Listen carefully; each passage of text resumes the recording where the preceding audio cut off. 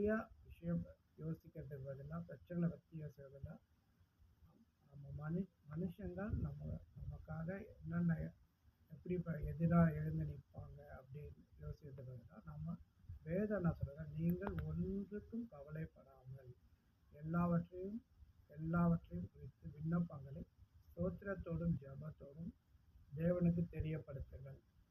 அப்பொழுது தேவ சமாதானம் இருதயத்தை ஆளுகை செய்யும். ஸோ நாம கர்த்தருடைய மனுஷனுடைய சிந்தனைகள் வீண் அப்படின்னு நம்ம சிந்திக்கிறதை நிறுத்திட்டு கர்த்தரிடத்துல தெரிவிக்கும் போது கர்த்தர் அந்த சமாதானத்தின் தேவனாய் இருந்து காரியங்களை வாய்க்க செய்கிறார்.